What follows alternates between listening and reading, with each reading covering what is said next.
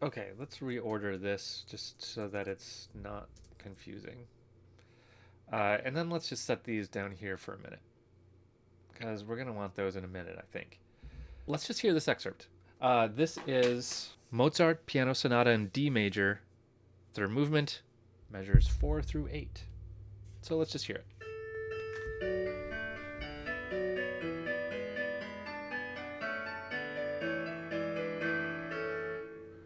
Okay, nothing strange, right?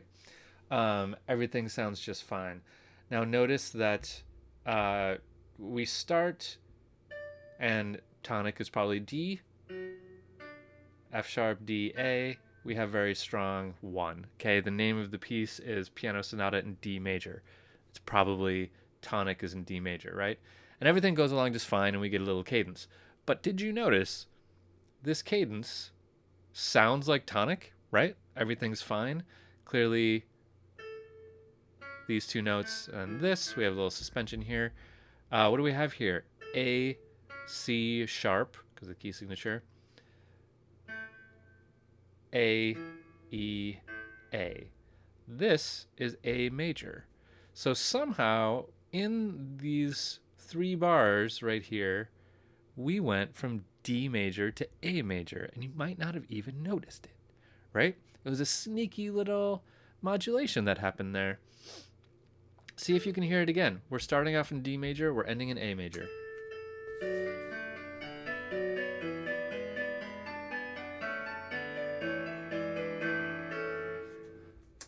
So what did he do? How did he do that? How did he pull that little sneaky little trick on us? Leave it to Mozart to do a sneaky little trick. Well, let's analyze it. Okay, so we're in D major. So whenever we're working with modulations, I can't remember if we did this in the last class or not. We start off with, we always say what key we're in with the key colon, right? So D. We're in the key of D major here. If we were in the key of D minor, I'd do that. Okay? So we're in the key of D major.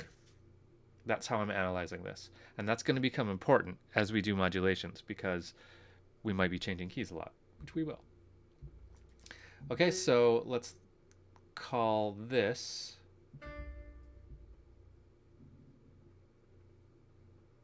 Let's call this a 1 because it very clearly is. We have D, all D, and then what about here?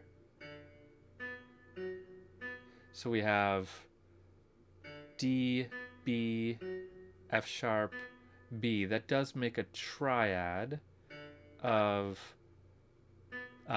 with a root of B. B, D, F. Does that make sense up here?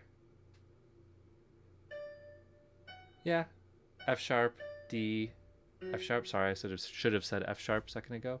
So B, B, D, F sharp. What is that? Let's just write out all our chords really quick in the key of D here. So let's say D, then we have D minor. Let's, I guess, be consistent here. D, or oops, D major, E minor, F sharp minor, G major, A major, B minor, C sharp, dim. Okay, there's all our chords. So with the root of B, we have B minor, that's a 6 chord. Okay, that's totally cool. 6. Okay, now let's go here. So same thing, we're just looking at D major, nothing funny here. We do see this accidental here though, which tells us something strange is about to happen. But let's see. So we have E, B, G sharp, that says E major. B, D, B, D. So E, B, G sharp, B is in both chords. D, natural, is also in here. That makes E, G sharp, B, D. That is a big ol' 7th chord as a dominant chord. Okay, but that's on E, right? our big dominant chord is going to be, it's always the 5, right? So that's going to be on A.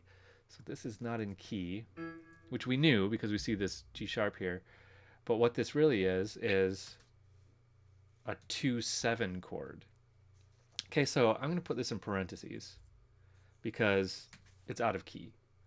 So that doesn't make really any sense. It could just be an out of key 2-7 chord, but unlikely. It could be a 5 of 5 chord, right? That would make sense. Or what would it be? It would be a 5 of 6 chord is what it would be. So 5 of 6 chord doesn't make a ton of sense here either. But let's go on to the next chord and see what's happening here. See if this gives us a clue as to anything else. So we have a G, B, or sorry, D, G, D, B. So G, B, D is a G triad. Another D, B, G sharp. Oh, still G sharp. I forgot. So G sharp, B, D.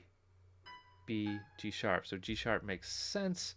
Is there a 7th here? G, B, D, F sharp. Here's an F sharp. So it's quick though. So probably not calling that a 7th because it's on a weak beat. So we have a G sharp. What would that be? G sharp to B is a minor third. B to D is a minor third. That is a diminished chord. So we have a G sharp diminished chord. So we don't even have a G sharp in our key. So what we would call that, if we had to call it something in the key of D, we would call it a sharped 4 diminished. And that makes very, very little sense, right? This means the root isn't even in the key. So we're clearly not in the same key anymore, okay? Once you have 2 chords out of key and one of them is super out of key, then you start to say, wait a minute, I'm not in the right key anymore. So 1, 6, 2, 7, maybe we're still in key. Sharped 4 diminished, no, we've switched. So now is when you say, I think I missed a boat here, and we may have pivoted out of this key somewhere else if one of these could be considered a pivot. Okay? Let's go to a new video and see if we can figure out where the pivot was.